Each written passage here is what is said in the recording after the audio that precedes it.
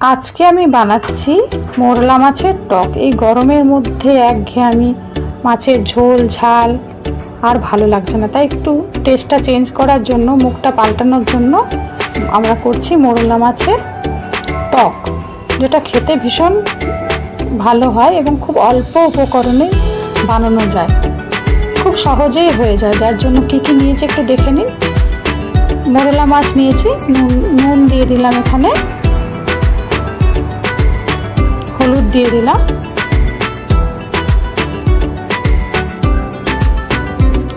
এবার মাছটা মাখিয়ে নিচ্ছি। এদিকে কড়াইও বসিয়ে দিয়েছি, কড়াইতে তেল গরম হতে দিলাম। মাছটা মোরলা মাছটা খুব বড় না আর খুব ছোট না, একটা মানে মিডিয়াম সাইজের মাছটা, এই মাছটাই খেতে ভালো লাগে টকের জন্য। এবারে আমি মাছটা কড়াইয়ের মধ্যে ছেড়ে দিলাম। মোরলা মাছটা খুব বেশি কড়া করে এখানে ভাজা যাবে না টকের জন্য, মানে একটু লাল লাল ভাব হবে, মাছটাকে উঠিয়ে নিতে হবে। তো আমি এখানে মাছটা ভাজতে দিয়েছি, এক পাশটা হয়ে এসছে, আরেকটা পাশ আমি উল্টে দিচ্ছি।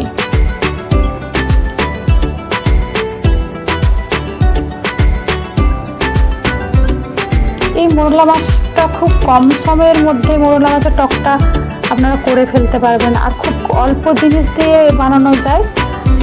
আর এই গরম এত পড়েছে যে এই তেঁতুল দিয়ে মোরলা মাছের টকটা এত টেস্টি হয় এবং শরীরের জন্য ভালো।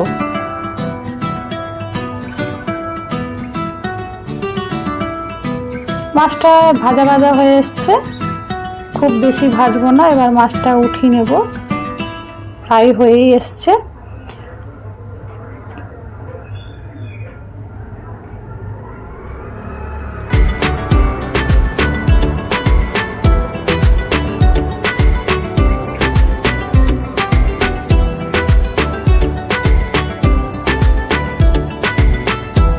ভাজা হয়ে গেছে মাছটা।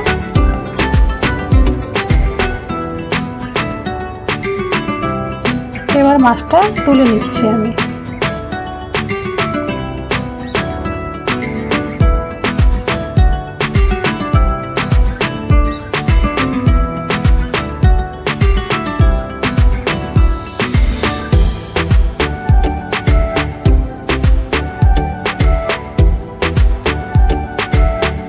তুলে নিলাম মাছটা।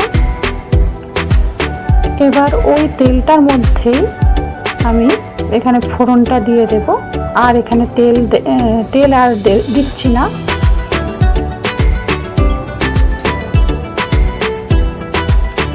আমি একটু সর্ষে ফোড়ন দিলাম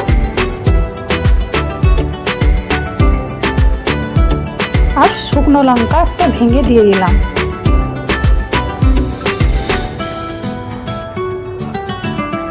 ফোড়নটা ভাজা ভাজা হয়ে গেছে।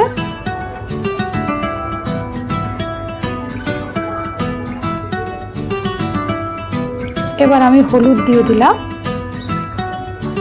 লঙ্কার গুঁড়ো দিয়ে দিলাম।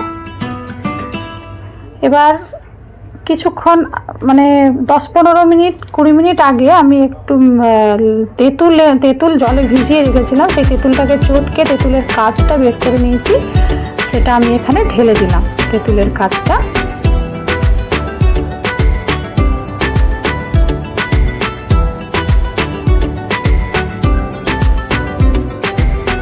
এবার আরেকটু জল দিয়ে দিলাম, একটু পাতলা করে নিলাম, ভালো করে এটা নাড়িয়ে নিচ্ছি।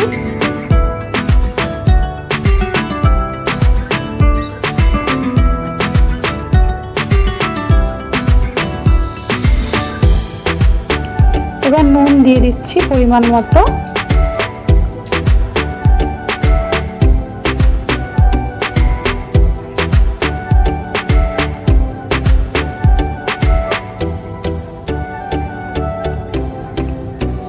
এবার দেখুন একটু ঝোলটা ফুটে উঠেছে, এবার আমি চিনিটা দিয়ে দিচ্ছি।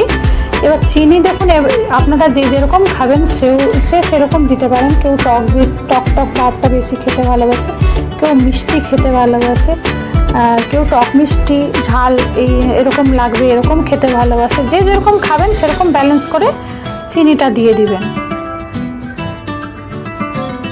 এবার হয়ে এসছে, এবার প্রায় কাইটা হয়ে এসছে। এবার আমি মাছগুলো ছেড়ে দেব। ভালো করে ঘাটিয়ে নিচ্ছি যাতে নুন চিনিটা ভালো করে মিশে যায়। খুব একটা দেখুন কিছুই যে এর মধ্যে মানে কিছুই লাগেনি, অল্প উপকরণের মধ্যে হয়ে গেল।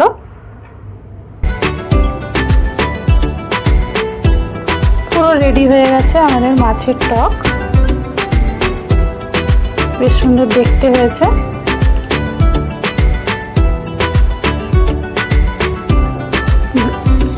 এই মাছের টকটা ভালো লাগলে আপনারা বানিয়ে দেখবেন। হয়ে গেছে পুরো।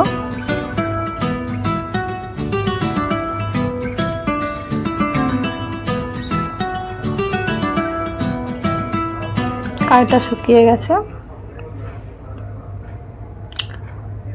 আবার আসবো কালকে একটা নতুন রান্নার ভিডিও নিয়ে।